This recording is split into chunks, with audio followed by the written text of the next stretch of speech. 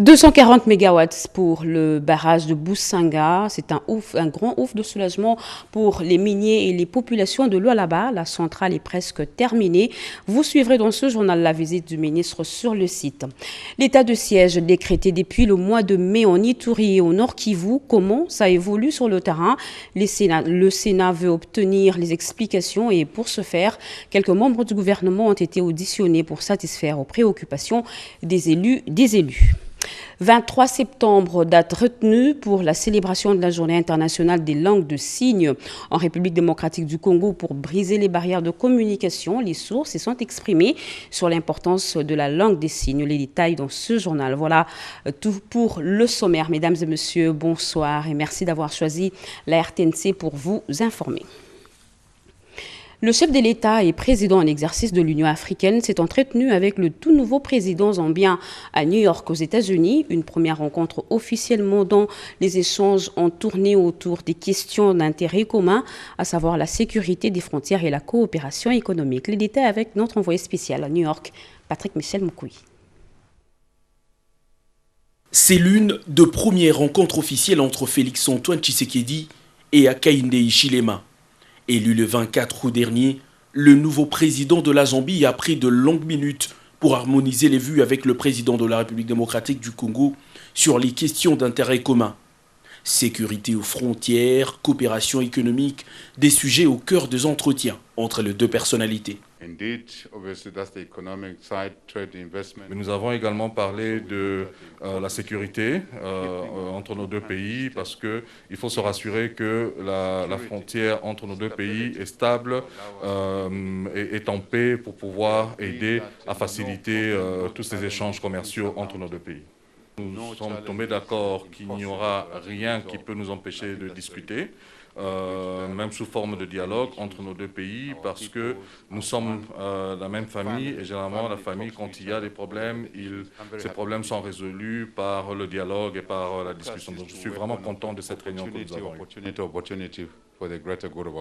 Rebecca Nyandeng de Mabior, c'est cette personnalité africaine qui découvre avec satisfaction l'ouverture d'esprit et le sens du leadership du président Félix-Antoine Tshisekedi.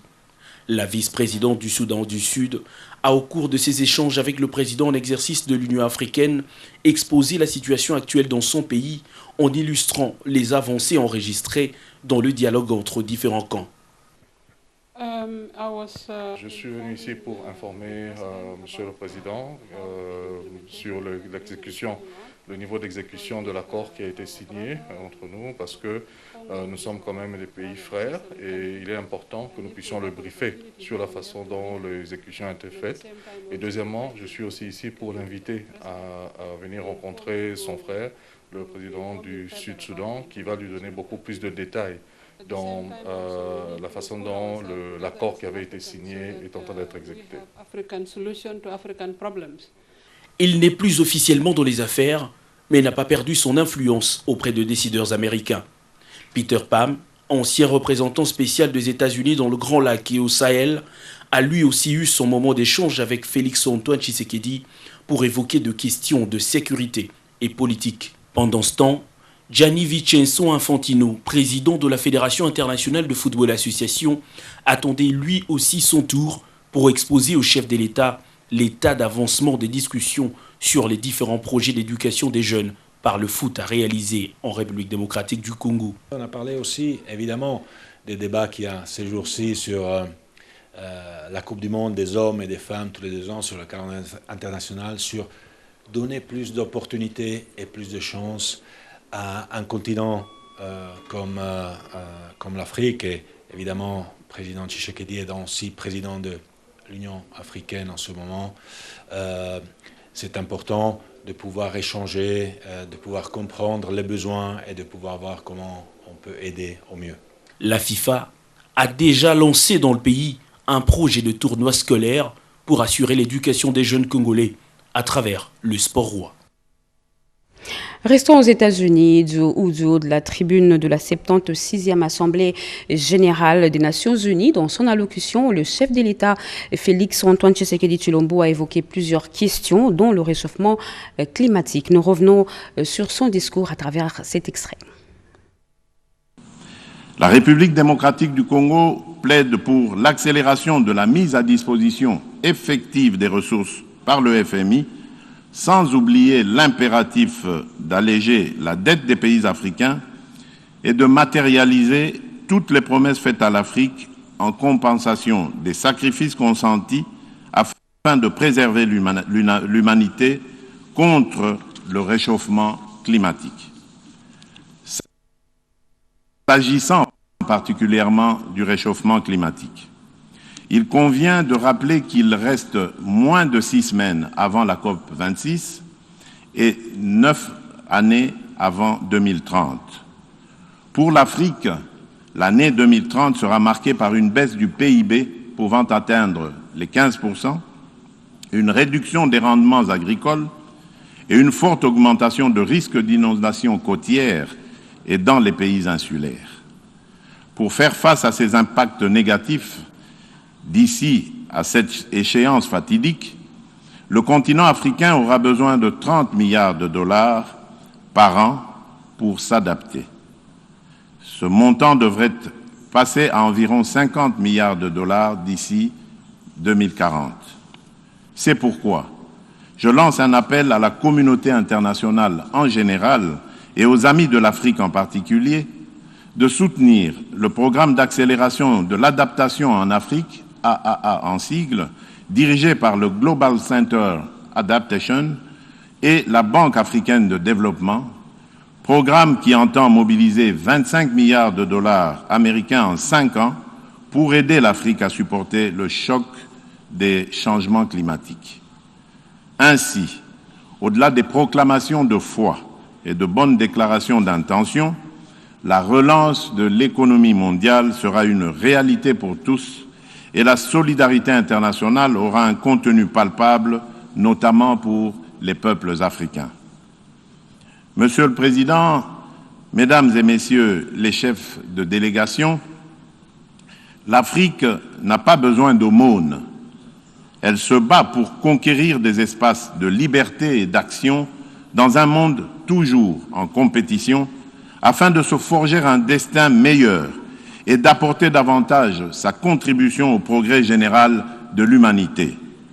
L'Afrique a besoin de partenariats constructifs et gagnant-gagnant pour mettre en valeur ses fabuleuses richesses naturelles, se doter d'infrastructures de développement et améliorer les conditions de vie de ses populations.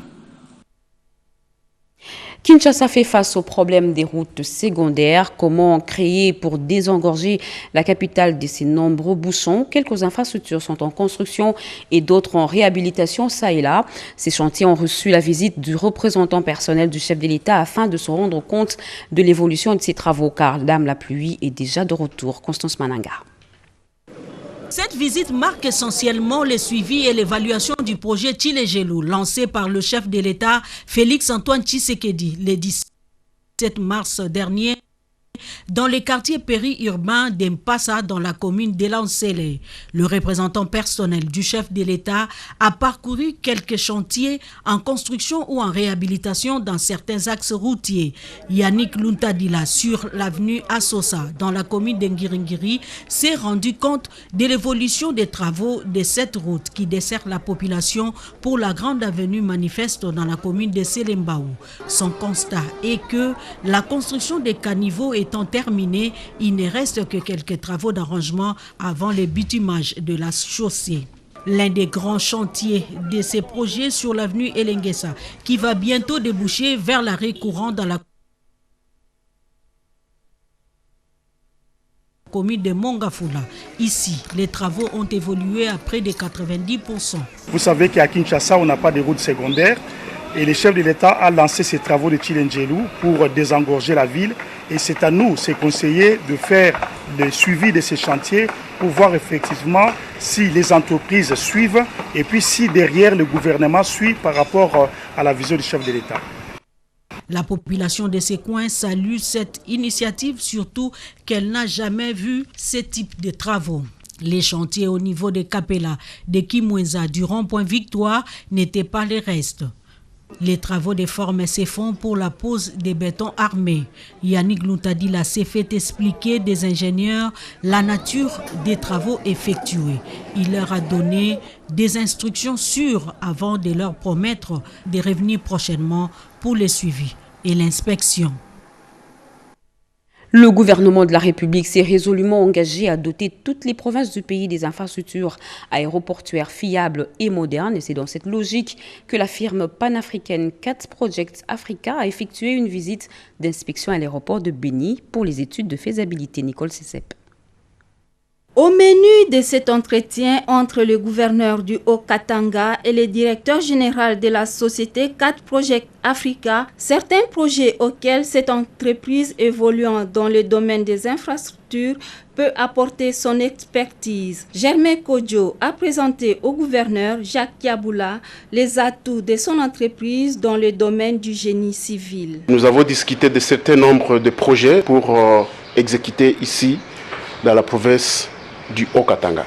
Ce qu'ils ont comme disponibilité pour des projets, soit dans les secteurs infrastructures, de l'agriculture, de l'aérogare, parce que c'est aussi une des priorités de la province, il faut moderniser, des logements sociaux et d'autres, dont nous sommes capables d'aller immédiatement pour l'exécution. Le secteur clé de la vie de la population. Donc la population déjà commence à se sentir concernée par ce que l'entreprise CAT Project va amener ici dans cette province. Par la suite, l'autorité provinciale a échangé avec le commissaire général adjoint de la PNC en charge de la police judiciaire, Célestin Bengama, en mission de travail dans le Haut-Katanga sur la formation des éléments de la police de proximité ainsi que sur la situation sécuritaire dans cette province. La route nationale numéro 27 dans la province de l'Ituri se trouve dans un état de dégradation très prononcé. Il lui faut donc une véritable cure de jouvence. L'administration militaire de cette province, consciente de l'urgence, vient de sceller un contrat avec l'entreprise Maïs Chani Amungu pour une réhabilitation incessante. Junior Selemani. La paix étant restaurée, si la RN27, l'heure a sonné pour sa réhabilitation. Cette route qui part de Bougnan jusqu'à Mahagi, à la frontière avec l'Ouganda, est dans un état de dégradation très avancé. Et pour sa réhabilitation, l'administration militaire a fait confiance à l'entreprise Maïchani Yamungu qui déclare amorcer le travaux d'ici une semaine. Maître Taban Dieudonné, avocat conseil de l'entreprise. Ça sera la réhabilitation à terre battue.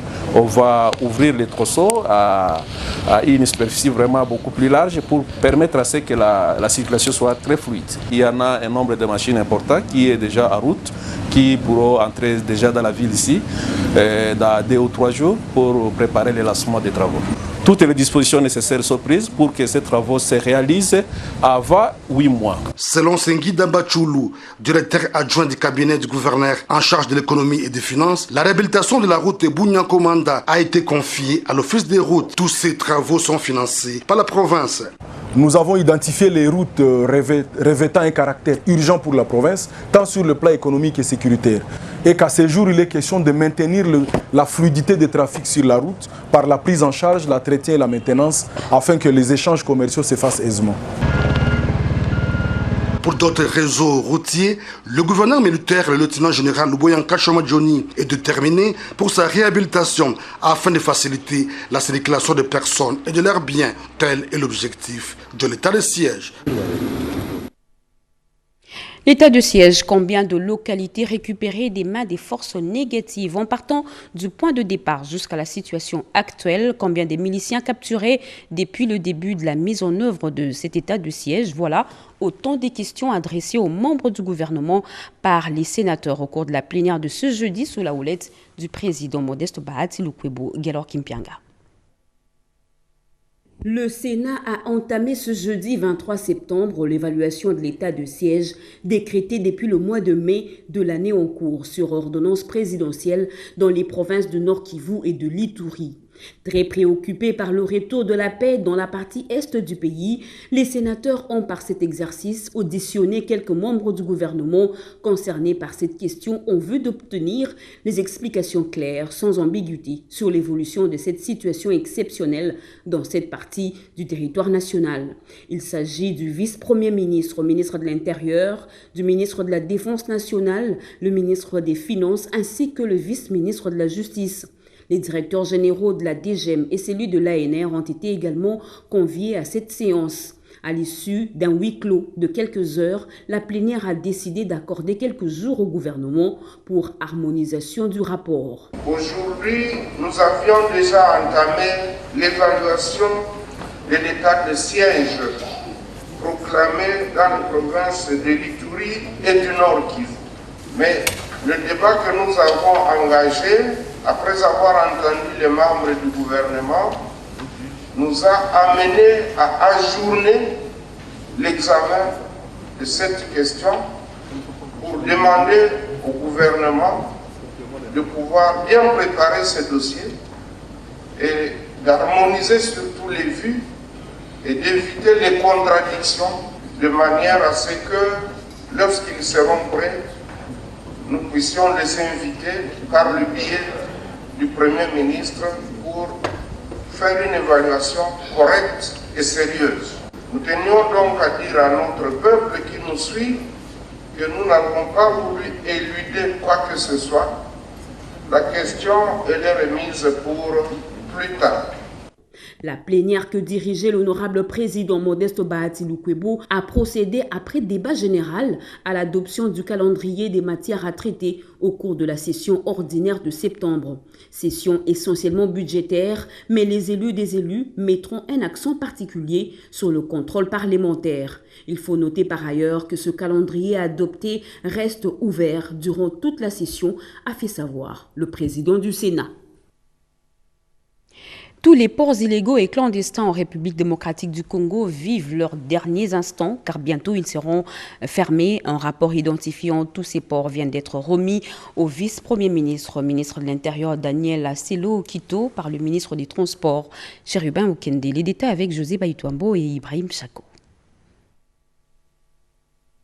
Ces rapports remis ce jour au vice-premier ministre, ministre de l'Intérieur et Sécurité pourra certainement réjouir tous les personnels de la société commerciale de transport et de port et relancer cette entreprise publique élaborée par une commission chapeautée par le ministre de Transport et Voies de Communication, Chérubin Okende. Pendant 48 heures, ces documents de plusieurs pages fournissent dans le moindre détail le nombre et l'emplacement de tous les ports illégaux et clandestins de la République démocratique du Congo. La commission a fait son travail et aujourd'hui nous sommes revenus pour lui présenter la quintessence de ce rapport qui fera objet d'examen du Conseil des ministres ce vendredi. Aujourd'hui, nous sommes devant des défis de la restauration de l'autorité de l'État, des défis aussi de gouvernance de la République démocratique du Congo. Dans un autre décor, Daniel Aselo Okito était en tête-à-tête avec l'ambassadeur allemand en République démocratique du Congo, avec qui les échanges ont tourné autour des aspects de la coopération entre Berlin et Kinshasa. Nous avons discuté la décentralisation, qui est une préoccupation centrale sur la voie de la bonne gouvernance, mais aussi les aspects de la démocratie locale et autres aspects de la sûreté. Le vice-premier ministre, ministre de l'Intérieur et Sécurité, maître Daniel Aselo Okito reste focus sur ses missions, notamment celle de rétablir l'autorité de l'État sur toute l'étendue du territoire national. Le partenariat entre la MONUSCO et le ministère de la Défense nationale à travers les FARDC, la question liée au retrait progressif de la MONUSCO en République démocratique du Congo, ainsi que l'évolution des opérations sur le terrain, autant de questions débattues lors des échanges entre le ministre de la Défense nationale et le directeur des affaires politiques de la MONUSCO. Les détails avec Georges Frédéric Ndibou et Thierry Nzazi. Cette forte délégation de la mission des Nations Unies en RDC, conduite par son directeur de la direction des divisions des affaires politiques, François Grignon, a été reçue par le ministre de la Défense nationale, ancien combattant Gilbert Kabanda Kourenga. Plusieurs sujets ont été abordés au cours de cette rencontre, notamment la poursuite du partenariat entre la MONUSCO et le ministère de la Défense nationale. On a été accompagné donc du commandant de la force adjoint qui a aussi partagé les informations sur le partenariat entre les FARDC et la MONUSCO. Le ministre de la Défense nationale a fait savoir à ses hôtes que le président de la République, Félix-Antoine Tshisekedi Tshilombo, souhaite que le retrait de la MONUSCO soit progressif, responsable et ordonné conformément à la résolution 2556-2020 du Conseil de sécurité de l'ONU. Madame Keïta et son Excellence le Premier ministre viennent de signer le plan de transition sur les 3 prochaines années. Et donc dans ce cadre, il y a un certain nombre de dossiers, d'objectifs qui doivent être atteints à travers ce partenariat entre le gouvernement et la MONUSCO et les Nations Unies. S'agissant toujours du retrait progressif de la MONUSCO en RDC, Gilbert Kabanda a rappelé à ses interlocuteurs la récente signature du plan de transition entre Madame Bintou Keïta, patronne de la MONUSCO, et le Premier ministre et chef du gouvernement Jean-Michel Samalou Kondé. Au terme de cette rencontre, il était important de rappeler les différents projets sur lesquels les deux parties collaborent. Grâce à une diplomatie réaliste, l'Afrique a réussi à obtenir du financement pour soutenir les économies fragilisées par la crise sanitaire, un succès à mettre à l'actif du mandat de la RDC à l'Union africaine. Le coordonnateur du panel chargé d'accompagner la mandature du pays, Toumba Luaba, a fait l'évaluation à mi-mandat. C'était au cours d'une conférence de presse dont a participé Françoise Bouela et Pompon Oumba. Les grands dossiers qui bougent l'Afrique. La place aux négociations autour de la crise née de la construction du barrage de la Renaissance, la sécurité, la crise économique, l'un après l'autre, la présidence de la RDC à l'Union africaine est d'avancer. La stratégie gagne les batailles au point de forcer l'admiration pour Félix-Antoine Tshisekedi auprès de ses pairs et des peuples du monde. En dehors du grand barrage, le chef de l'État a pu donner, à travers des entretiens physiques ou téléphoniques, des conseils aux pays qui sont soit en tension, soit en conflit interne ou externe. Et moi-même, j'ai eu l'occasion d'accompagner le Conseil paix et sécurité au Tchad, à Djamena. Février 2021, le chef de l'État décide de créer le panel chargé d'accompagner la mandature de la RDC à l'UA. À 6 mois de passer le flambeau au Sénégal, l'équipe mise en place fait l'évaluation à mi-mandat. C'est une Congolaise qui vient de remporter le concours pour le poste de directrice des ressources humaines à l'Union africaine. Le coordonnateur Alphonse Toumba Luaba a égrené les réalisations au nombre desquelles le lancement de l'Académie des jeunes, l'instauration du Grand Prix africain de la littérature, les grandes manœuvres au sommet de Paris sur le financement des économies africaines frappées par le Covid. Sans fausse modestie, le panel reconnaît quelques problèmes logistiques et financiers qui n'ont pas permis d'exécuter ces plans déclinés en piliers. Atelier d'harmonisation de vue des acteurs de la communication dans le cadre de la SADC, le ministère de la Communication et des Médias réunit depuis cet avant-midi les professionnels de la communication pour 5 jours de travaux. On écoute un des participants. Il s'agit d'un cours sur le droit à la communication et destiné aux fonctionnaires du gouvernement africain. Compte tenu du fait que la conception, la vision de ce domaine doit être harmonisée entre ceux qui pratiquent la communication et les responsables du pays, des États. Et ici, chez nous, nous le faisons parce que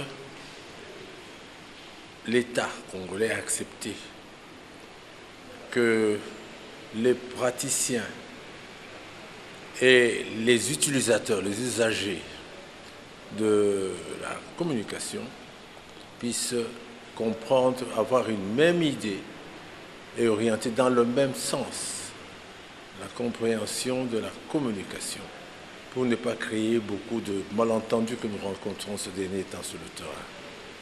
Le ministère de la Communication et des Médias a mis à contribution la SADC et ses partenaires pour aider le pays à travailler sur ce point. Et on l'a fait aujourd'hui. Ça nous a pris, ça va nous prendre 5-6 jours. Le ministre de l'Agriculture a porté la voix de la République démocratique du Congo lors de la réunion du G20 tenue dernièrement en Italie. Le renforcement de la coopération entre les membres du G20 sur l'alimentation et l'agriculture, c'est l'une des recommandations formulées au terme de cette réunion. Marthe Mangazakalala nous en parle. Cette réunion de ministres de l'Agriculture du G20 s'est terminée par l'approbation d'une déclaration finale réaffirmant l'engagement à réaliser la sécurité alimentaire dans les cadres des 3 dimensions, à savoir économique, social et environnement. Les ministres du G20 ont réaffirmé leur intention d'atteindre l'objectif de faim zéro qui est menacé par les conséquences du Covid-19, car un quart de la population mondiale souffre encore d'insécurité alimentaire. Le ministre de l'Agriculture, Désiré Mzinga Birionze. En ce qui concerne les G20, c'est à l'unisson que nous allons combattre la faim. Il y a même une coalition de lutte contre la faim zéro. On a adhéré à la coalition. Nous avons profité de cette occasion pour dire combien le gouvernement, sous l'impulsion du chef de l'État Félix Antoine Tshisekedi Tshilombo, se met debout aujourd'hui pour essayer de ramener le Congo comme un pays leader des pays africains. Mais au-delà de ça, j'ai fait un saut à Bucarest en Roumanie. Aujourd'hui et partout où nous passons, le Congo est en train de reprendre son audience. Il y a beaucoup d'investisseurs qui viennent, et les Italiens et les Roumains. Ça ne fera pas 3 mois que vous verrez qu'ils sont venus pour voir comment relancer les choses. Ils ont pour ce faire convenu de ne pas adopter des mesures restrictives injustifiées qui pourraient conduire à une extrême volatilité des prix des denrées alimentaires sur les marchés internationaux, menaçant ainsi la sécurité alimentaire. Le gouvernement de la République a décidé de lutter contre la faim en produisant du poisson local. Le ministre de la Pêche et l'Élevage a débuté une campagne de distribution de zalvin aux pisciculteurs de Kinshasa. Nsele est la première étape de cette campagne d'Ichala.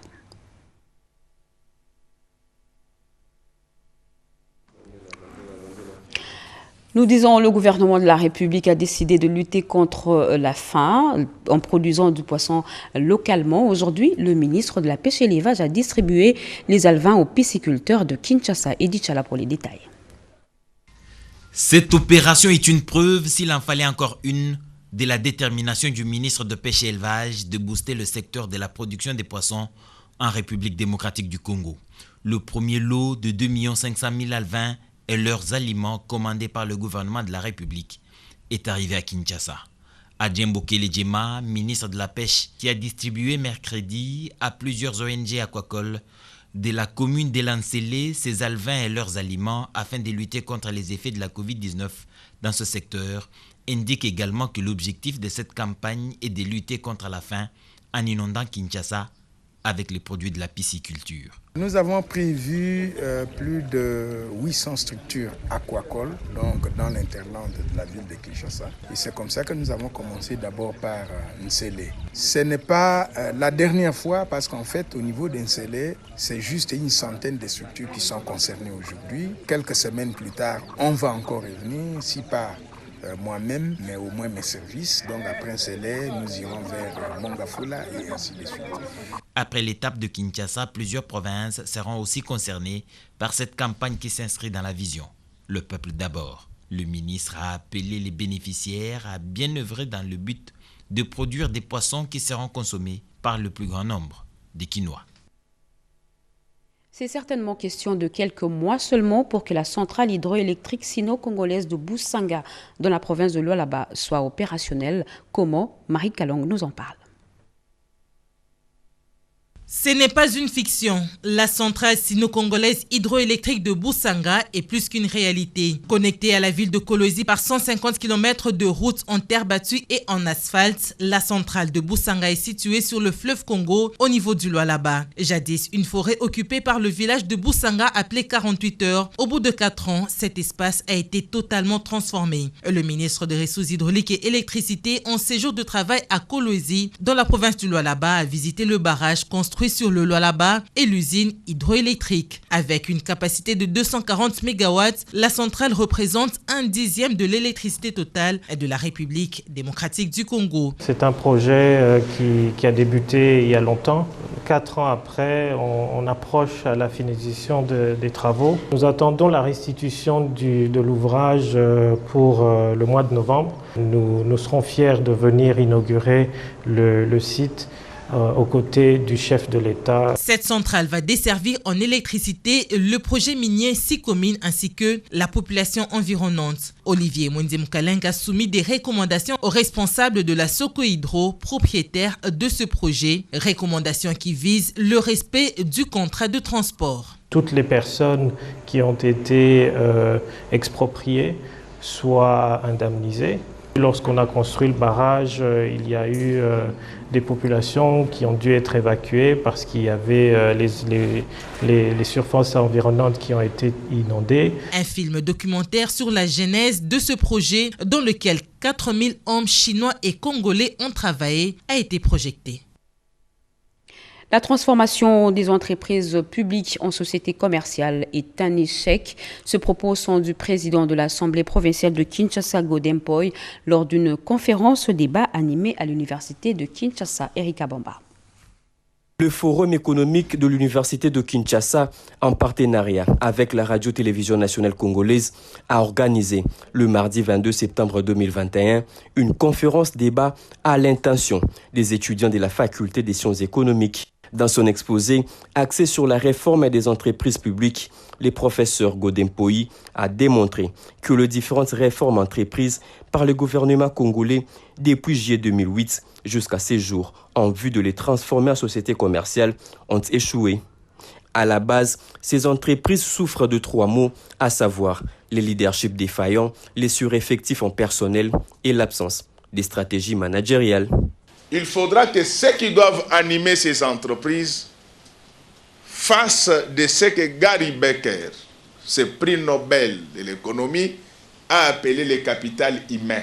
Il faut réduire les charges d'exploitation de ces entreprises en rapprochant les personnels du job description de chaque entreprise. Il faut créer maintenant une structure intermédiaire dans toutes ces entreprises qu'on appelle les comités de stratégie.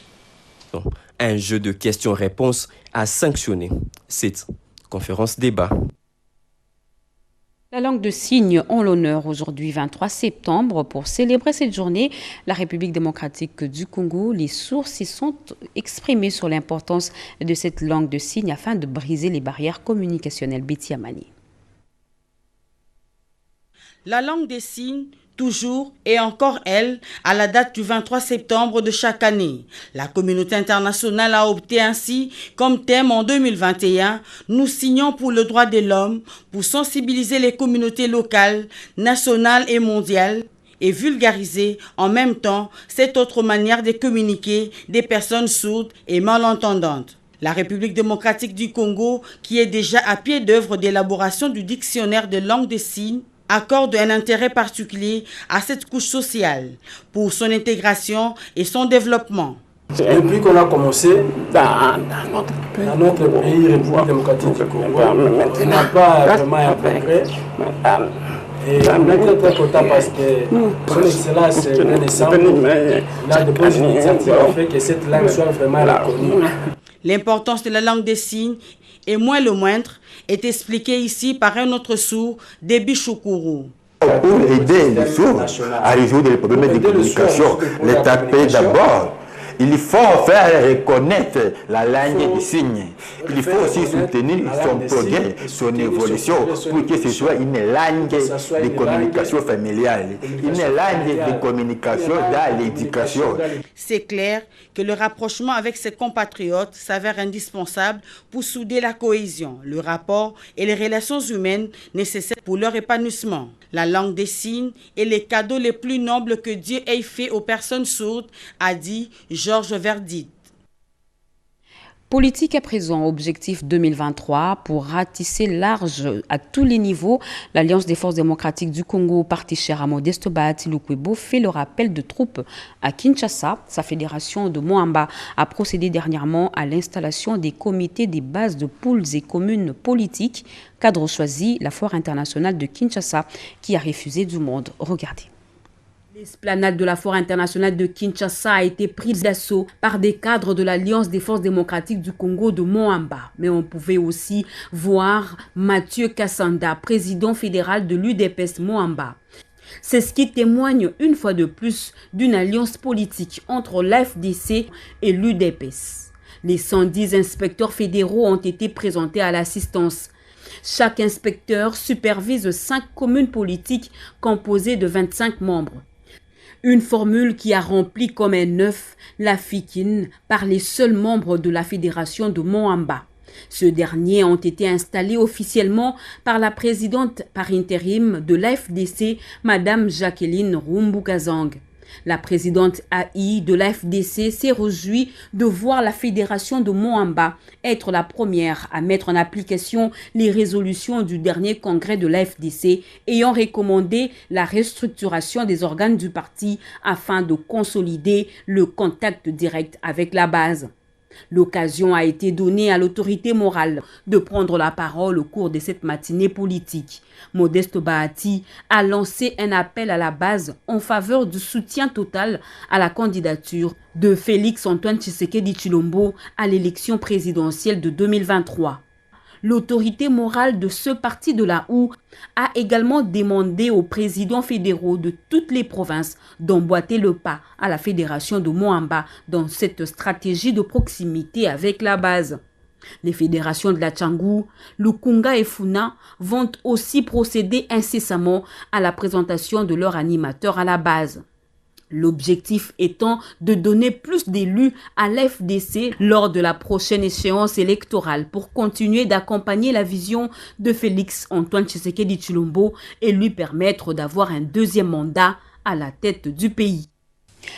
À l'UDPS, la hiérarchie du parti et la base parlent le même langage. Pour preuve, ce soutien exprimé par les présidents fédéraux de Kinshasa au secrétaire général de l'UDPS, Alem Bikaï, était sur le terrain et nous en parle.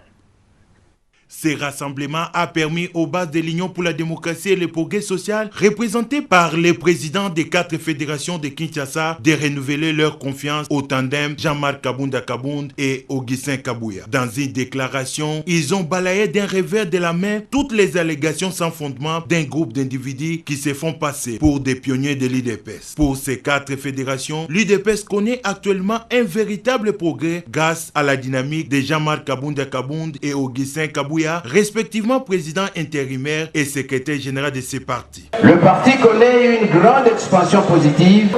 Nouvelles sections, nouvelles cellules sont installées régulièrement. L'adhésion massive et populaire jusqu'aux ONG et associations sans but lucratif. Tout ça démontre qu'il y a la paix et l'unité au sein du parti. Voir ça autrement résulte de la haine viscérale, de la jalousie, de l'envie et de la sorcellerie. Pour nos bases provinces de Kinshasa, toutes ces déclarations constituent un coup de paix dans l'eau ou encore une tempête dans un verre. Nous préparer à donner un deuxième mandat à notre chef Félix Antoine Tshisekedi Tshilombo en 2023. Prenant la parole, Augustin Kabouya a condamné les actes de violence constatés au siège de l'ECD, parti des députés national Martin Fayoulou, avant de rejeter toute responsabilité de son parti. Ensuite, le numéro 2 de l'UDPS a fustigé les comportements des anciens membres de ces partis en quête de positionnement qui cherche à jeter l'opprobre sur le parti de Etienne Tshisekedi. La présidente de la Ligue des femmes a aussi annoncé à l'assistance la descente prochaine du comité directeur de la Ligue des femmes dans 4 fédérations de la ville de Kinshasa. Mesdames et messieurs, c'est la fin de ce journal coordonné par Mireille Ndeke, rédigé par Eric Abamba, réalisé par Chimène Dondo et Jonathan Moubalama. Si vous nous avez pris en cours, voici le rappel de titre. 240 MW pour le barrage de Boussanga. C'est un grand ouf de soulagement pour les miniers et la population du Lualaba. La centrale est presque terminée. Vous avez suivi dans ce journal la visite du ministre sur le site. Et puis, vous avez également suivi les explications fournies par quelques membres du gouvernement aux des élus sur l'évolution de l'état de siège décrété depuis le mois de mai en Ituri et au Nord Kivu. Et enfin, l'humanité célèbre ce 23 septembre de chaque année. Et aujourd'hui, la journée internationale des langues de signes. Nous vous avons proposé dans ce journal le plaidoyer des sourds sur l'importance de la langue de signes. Ainsi prend fin ce journal, mesdames et messieurs. Merci de l'avoir suivi. Merci à vous qui nous suivez à Paris, en France. L'actualité continue sur nos antennes. Vous êtes sur la RTNC. Retrouvez tout à l'heure Serge Mata. Grand sera pour moi le plaisir de vous retrouver demain à 20h. Très bonne suite de programme sur la RTNC. Au revoir et à demain.